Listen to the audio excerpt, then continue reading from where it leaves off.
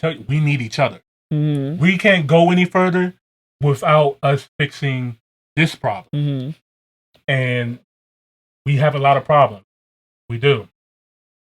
But one problem that should be easily solved is our lost connection with our brothers and sisters in Africa.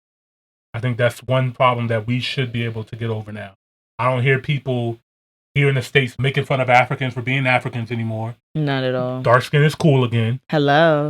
You know what I mean? Like, Afro beats has taken over the globe. But it's baby steps. And I think that, because we're not about to have a racial divide anymore. It's going to be about the haves and the have-nots. Correct. I'm hearing right now, and it's starting. It's starting right now. Yeah. This is a letter from an African to an African American.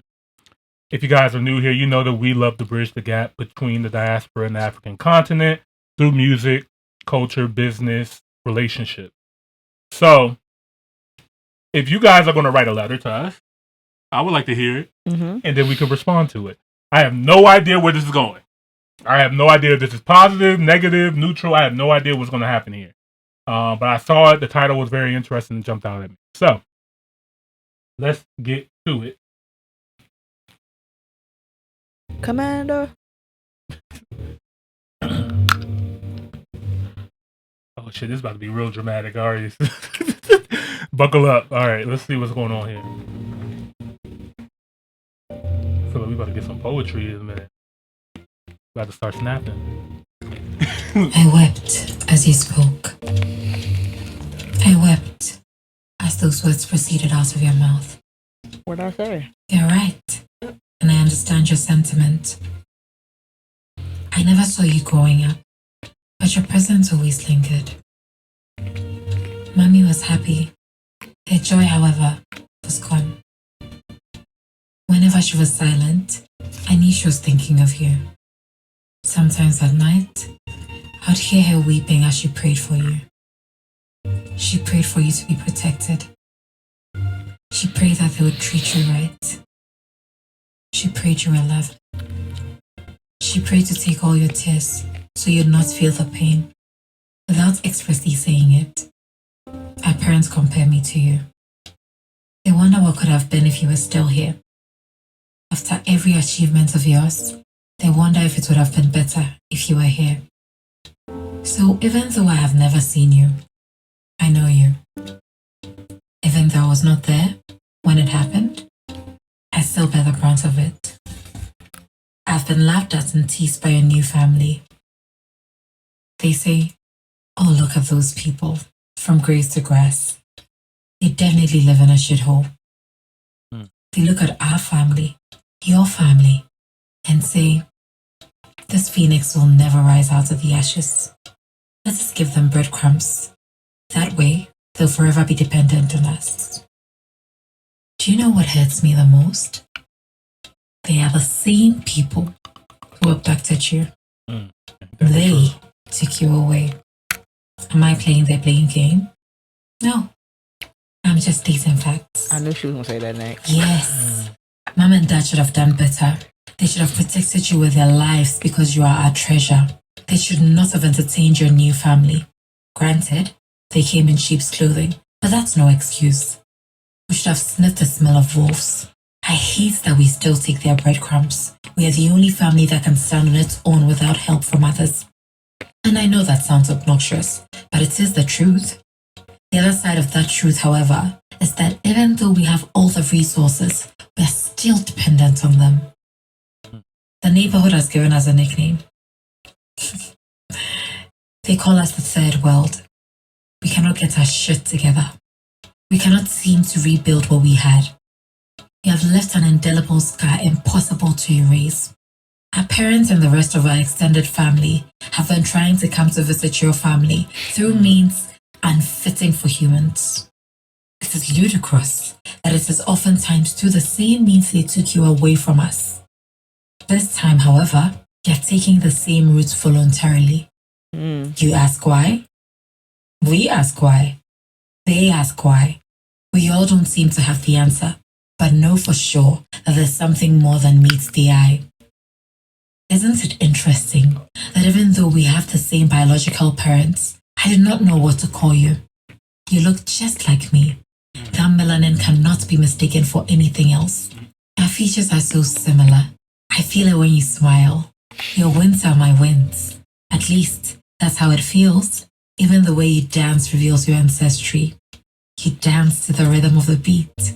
Only we can do that effortlessly. We are connected. Even if you refuse to admit it, there's something about me that draws you to me and vice versa. I do not need a 23andMe kit to know we have the same roots, but I'm at a loss as to what to call you. Sibling, friend, or stranger. I have not recovered from it, and neither have you. I am engulfed by brokenness. Something is missing. Something I lost. Something I never knew I needed until it was taken from me, stolen from me.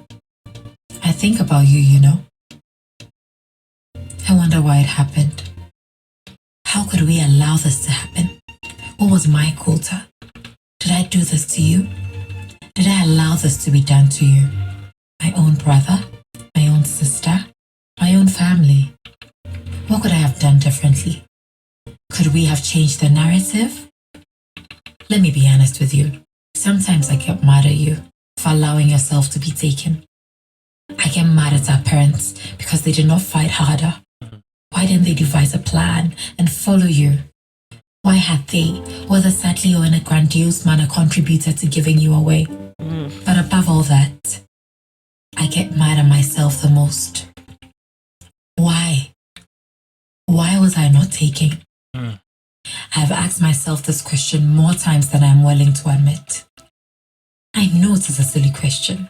You are probably wondering, how dare you ask that? For real. Do you know what we had to go through? Do you know what we saw? Do you know the PTSD that runs through our veins? Do you know the tears we have shed? The lynching, the disgrace, the shame, the assault. Do you know what it means to be descendants of enslaved men and women? Do you know what it means to be arranged like sardines underneath a ship with no breathing space? Do you know what it feels like to be placed in dungeons where you poop, pee, and have your period all in the same room? Do you know what it feels like not to see the light of day? Do you even know what it feels like to be pitched against each other? Do you have any idea what it means to be disgusted by the color of your skin because of what it connotes to others? Do you know what it means to be part of the minority wherever you go? Do you know what it means for your future to be cut out for you from day one because the system was not created with you in mind? Do you know what it means not to be represented for your lips, nose, hair, and skin color to be a recipe for unwarranted jokes? I wish I could say I know how it all feels, but no, I cannot. I cannot imagine your predicaments because I have not been in your shoes. They took your name, they took your identity, they took your language, they took your belongingness. And I know I'll never understand what you went through. I cannot begin to fathom what you go through on a daily basis. I cannot put myself in your shoes. I can tell you, however, that being in my shoes is not a field trip either. This is no Wakanda. Something was taken from me too. My vibranium, a part of me. You. Losing you has caused a hole in the center of our hearts that nothing can seem to fill. No matter how hard we try, and trust me, we cannot go back to what and who we used to be before your new family took you. We can go back and forth on who suffers the most and who has been through the most pain. But that's not the Oppression Olympics. How will that help us to heal and connect again? It won't. We both know you need to find your roots and be firmly attached to the soil, and I need to find my branches in order to flourish. We cannot do one without the other. We need to be willing to make amends, to heal, and to accept. I need you to know and understand that we are proud of you. You have been through a lot, but you keep pulling through. I know you want nothing to do with me. I heard you say the other day, do not call me African American. I am Black American. I've got nothing to do with Africa. I've never been there. I've never eaten their meals. I do not know the culture. There's nothing that makes me half African. I wept as you spoke. I wept as those words proceeded out of your mouth. You're right, and I understand you. There's nothing I can say that will appease you. But I am sorry. I truly am. I wish this had never happened. I wish we had remained as we were. Our own culture, our own names, our own traditions, our own way of life. I wish we were basking in our own perfect imperfections. But I also know it is what it is. How can we bridge the gap that has been created over a period of 400 years? I believe it starts when we both open our arms wide. Come back home and claim your birthright. You do not have to stay, but just come and connect to your roots. I know all your emotions will come running back to you. The sadness, the hate, the anguish, the anxiety. And when it does surface, feel it all. Do not try to stop it. Feel it all. Take it all in and release it. I'll be right here, standing by your side. You have shoulders to cry on now. Shoulders that look like yours. Shoulders that are willing to carry the weight, willing to admit their wrongs, willing to accept you, just as you are. Everyone grieves differently. If you're ready to let go, so am I. If you're not ready, that's okay. I'm still here, ready and willing to listen to you. My doors will always be wide open.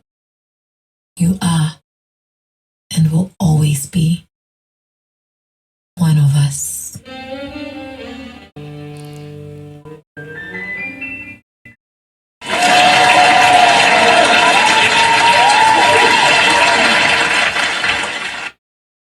I'm gonna give her a double round of applause.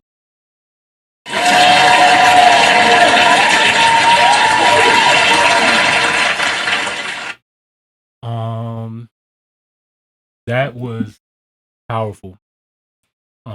And truthful. Yeah. From start to finish. Honest. And honestly, that was a lot to take in. I didn't want to pause in between this this art. I wanted to let it play all the way through, and give my genuine reaction. Yeah, that's a lot, man. That's heavy.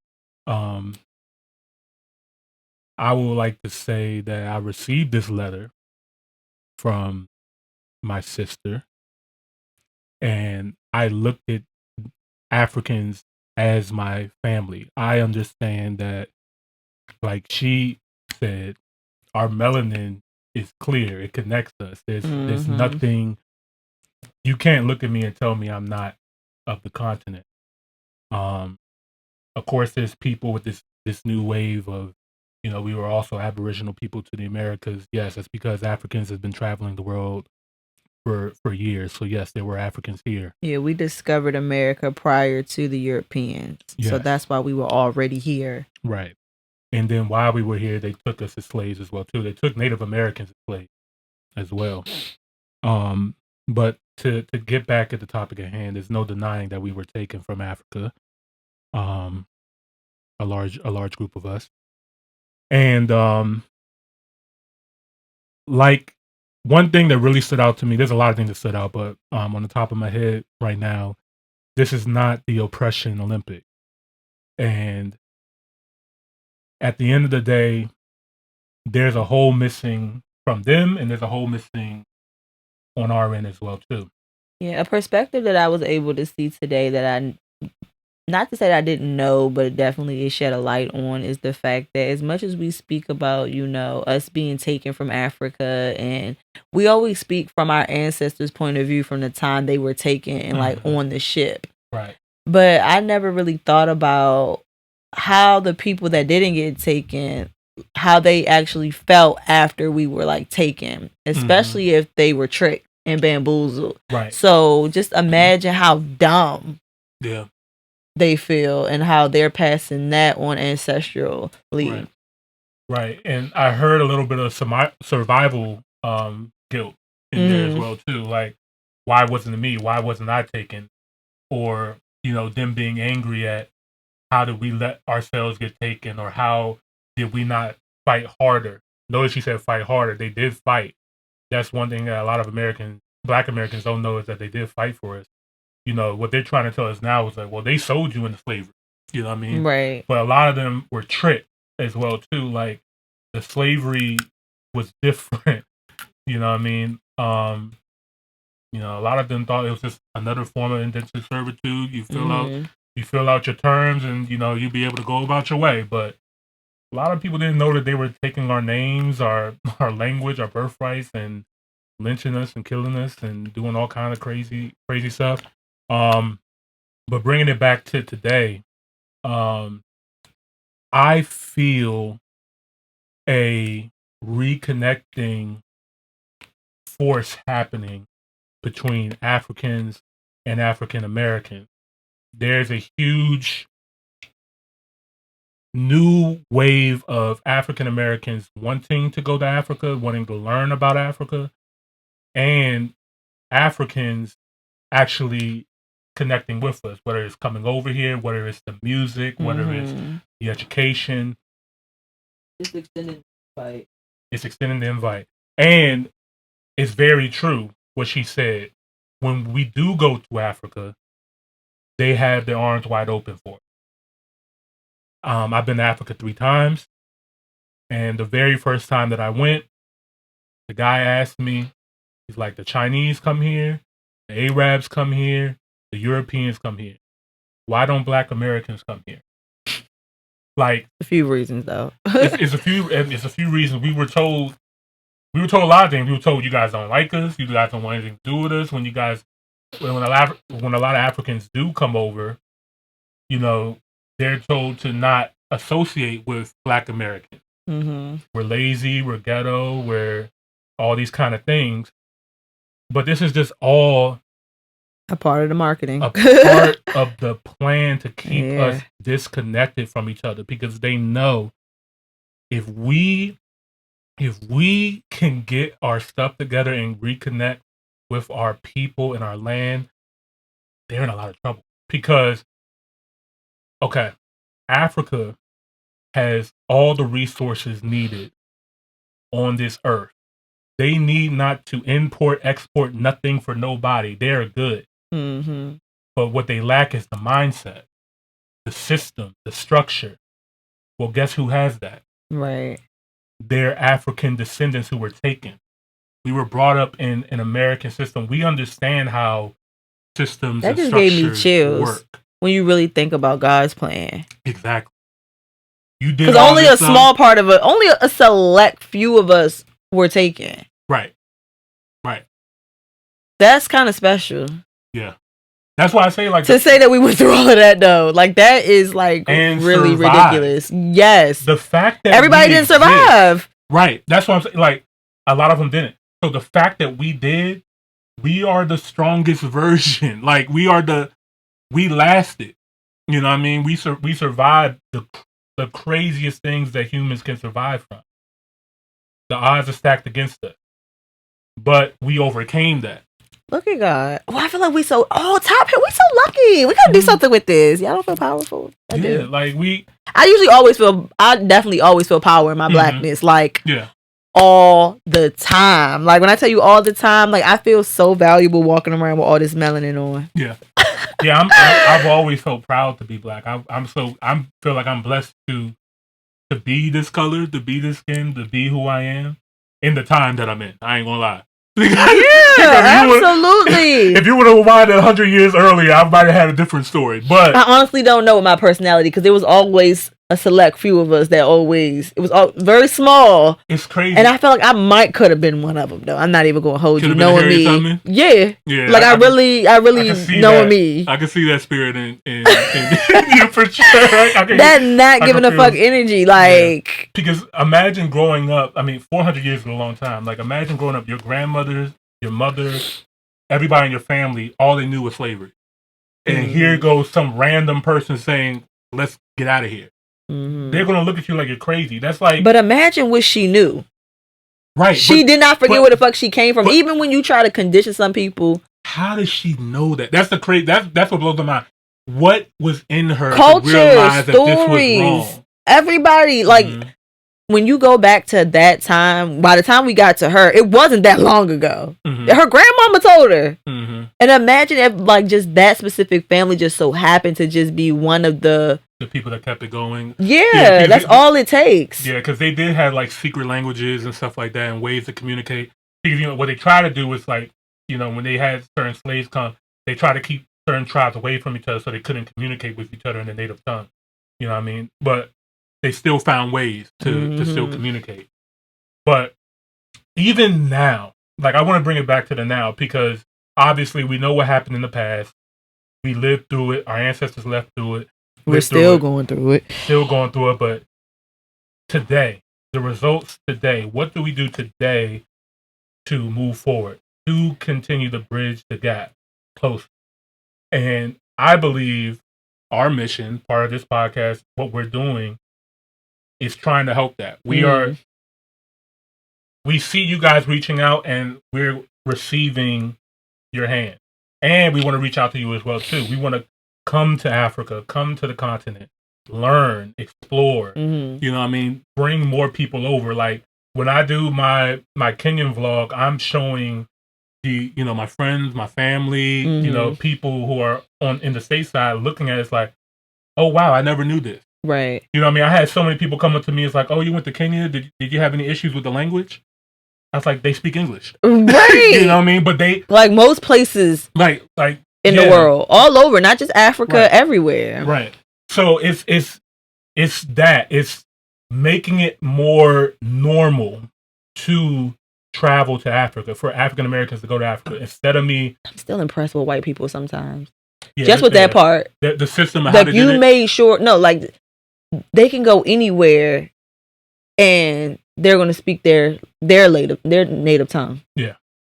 Right. Because the opposite side of the slavery part was the colonization part of it too.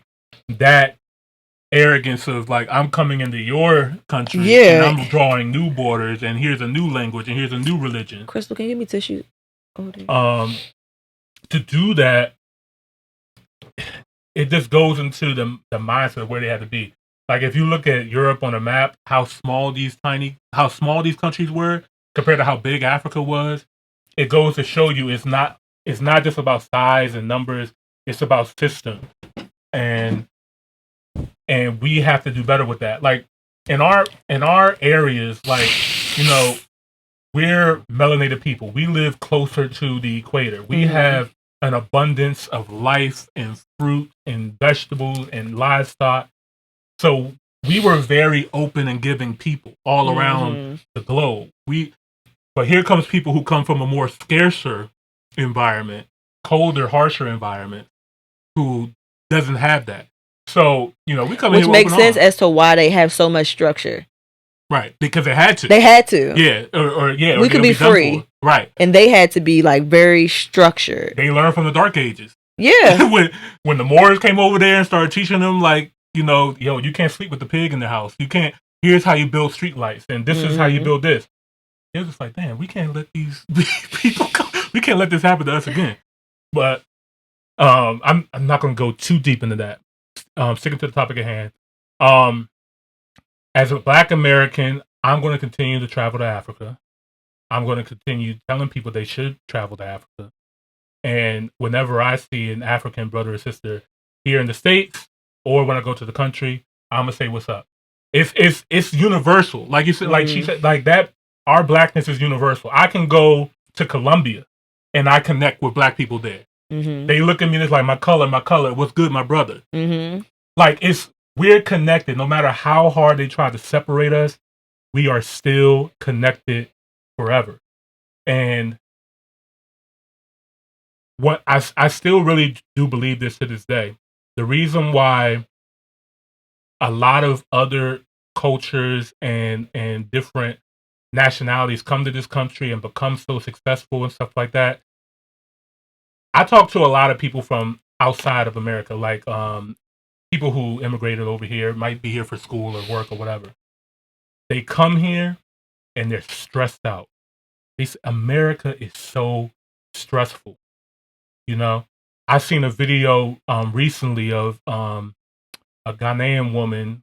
She went to Canada for a school, and she was just crying her eyes out just because I just feel so lonely here.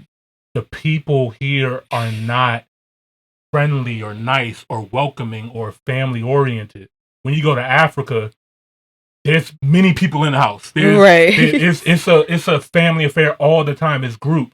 And then you come to a place like the West, US or Canada, and just like everybody's to themselves. Everybody's worried about themselves. Everybody's focusing on the job or making money to pay this car note or pay this mortgage.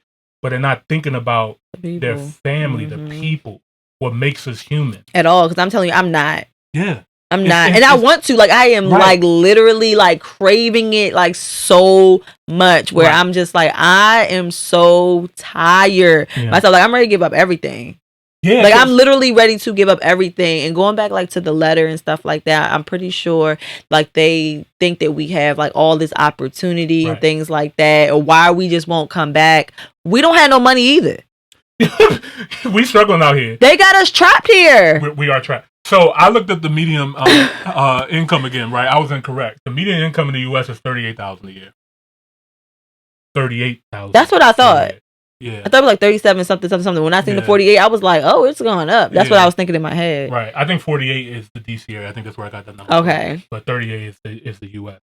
So compared to inflation and what's going on in this country, $38,000 is not a lot of money for us. Now to y'all, that sounds like we're almost half a millionaire. Right. If only we could make that money and we didn't have as much expense. If only we could make that money and just put it back in a country that the dollar is more powerful in.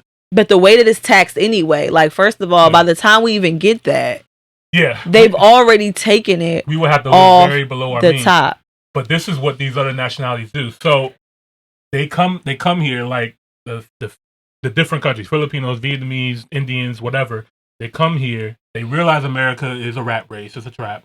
We come here. We make our money. We put it back home. We build our country. Mm-hmm. We invest in businesses and things back there. And while we're in America, we're going to only support and patronize our people. Mm-hmm. The Indians are going to go to the Indian market. The Latins are going to go to the Latin market. Africans are going to go to the African market. But the Black Americans, we fight with our own people all the time, tooth and nail, to come and support a Black business. It's just now starting to like get some kind of resurgence. But at one point, we were always like that. Mm-hmm. And that's when we had our most economic power. Like when we were the most financially stable was during segregation, when we were supporting our own businesses, when we were doing things on our own. Mm-hmm. What I believe what needs to happen now is that just like every other person in this country, because this whole country is land of immigrants. this none of us is truly native to this land. They killed 99% of them already. That's what they do. They give back to their family. Mm-hmm. They give back to their native land. They make the money here and they give back. And I believe as Black Americans, we should do that as well too. Make our money here, learn, get the education, knowledge, and everything that we can use what we have to our advantage. Mm-hmm. Because the truth is, we helped build this country. So we deserve every right, privilege, and everything that this country has to offer. And then take that information back to whichever country. Name your country here. There's 54 to pick from. There's 54 countries in Africa to pick from. Find yours. Anyone, well, I'm not going to say all of them because some have problems. But majority is going to open you up with open arms, especially sub-Saharan Africa. So I encourage people to do their I was research. gonna say, Diddy need to hurry up and leave. I don't know why that just came to my head before they freeze his passport. You said Diddy? Yeah. Yeah. It just sorry, I just think of money. Yeah, You got a lot of it. There's a lot going on with And him, don't too. freeze it. I want some first. Bruh. They said, let me get mine off the top. But that's why we're going to get into that topic in a minute, too. I don't know if we wanted to talk about it or not. But I really don't, but I just feel like it just kind of went yeah, money, power, just. You notice that every billionaire that we get, they start chopping them off the list? We automatically. That's why I'm not against him. Yeah. He wrong as the fuck. I know he is. But he ain't that wrong compared to the other wronger. But he's been doing a lot right once he started getting that certain kind of status and that money. Kanye was doing right too. They don't want us there because they know with that kind of influence. Because it's not just the black billionaires that we have in this country. They're not quiet like the other billionaires. They're loud. Diddy has influence. Kanye has influence. Jay-Z but they had it influence. first. They were loud before they even got the influence, which kind of sucks because look at how they got it. They're both entertainers. We don't have that many. We don't have any billionaires that aren't entertainers. We do. But I'm just saying, yeah. But with influence, he don't got that much influence. He has influence over the 1%. Right. He had to get loud though. Like he had to do that thing for more. Like he's now starting to get a little bit louder, but he still ain't making that much noise. Even with that, like. We listened to Diddy at InvestFest, and he said, look, I've been over the mountaintop. I see what's over there. And I'm coming back over here to tell you, we need each other.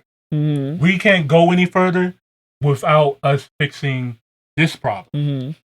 And we have a lot of problems. We do. But one problem that should be easily solved is our lost connection with our brothers and sisters in Africa. I think that's one problem that we should be able to get over now. I don't hear people here in the States making fun of Africans for being Africans anymore. Not at all. Dark skin is cool again. Hello.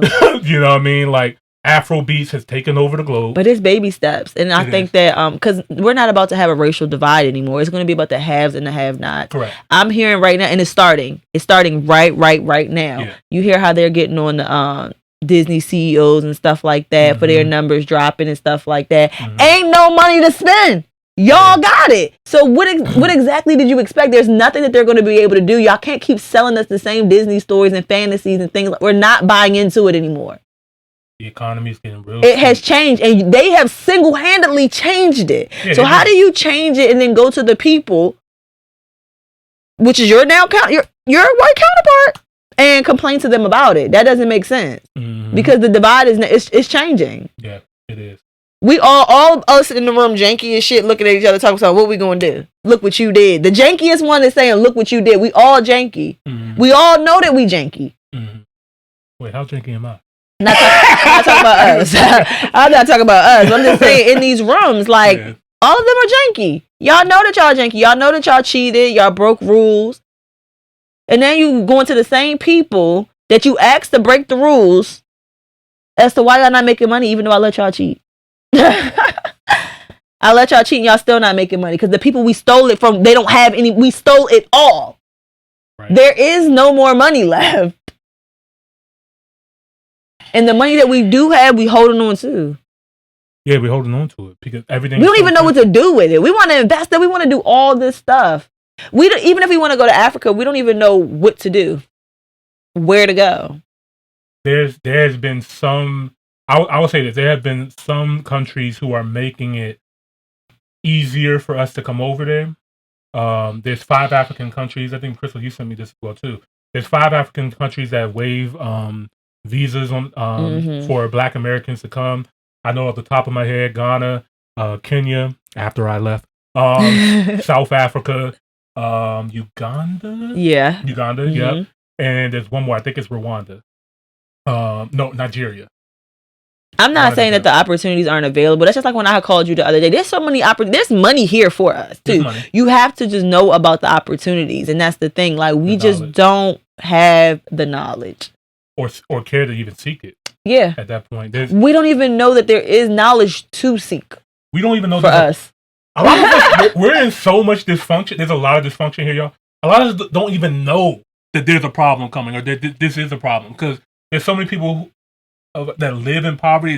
used to that lifestyle, they don't see anything more than what is in front of them. They don't know a life outside of crime or anything. Like, they just like, this is how I have to get it. I've seen no other roadmap. It's so easy for us to say there's a different way and there's a different option. But to the person that never seen it, never seen somebody from their same family or neighborhoods do it, how did they know? Where did they go? How do they know that this is even like what we're talking about right now? So, there needs to be more awareness. You know, I'm always resolution based. Me too. I got an idea though. I can't talk about it right now, but I got an idea. I got a good idea. Make sure because I feel like God is putting me in position to do it. Honestly, like literally just as of today. Because I told you how I've been wanting to get out my house. A lot going on. We'll talk over here. Got some opportunities coming. And there's going to be a lot of new things coming to Top Hill as well, too, guys. If you guys have any ideas or suggestions, don't hesitate to throw them our way. I've had plenty of DMs and emails of people reaching out with new ideas and stuff like that. This is our platform. I mean, I know you guys see me and Jamila here every week, but for everybody that's in the chat right now, we really appreciate you guys. The people that come in and watch, the post videos or watching the vlogs, wherever you guys have found us from, we appreciate you guys for being here. And I want to let you guys know my arms are open as well, too. You guys are in Africa. Whenever you pull up to the DMV area, you hit my phone. Yes. Hit my phone. We're going to have a good time. That's DC, Maryland, and Virginia. Yes. When you come to the East Coast, let us know. We might be moving around, too. Yeah, facts. You know what I mean? Because I see the love and everything you guys give us when we come over there, and it's received. So make sure you guys share this with your favorite business owner over in Africa and things like that. Like, we're definitely wanting to connect more, and we need sponsorship. We need sponsorship. So make sure that you are liking this video, you subscribe, and make sure you're sharing this to your friend, your local business owner, everybody that needs to see this, so that we can help you and you can help us, that we can help everybody. Yeah, really, really appreciate it, man. Top hill, top hill, top hill. Hell no. Top hill, top hill, top hill. Just subscribe.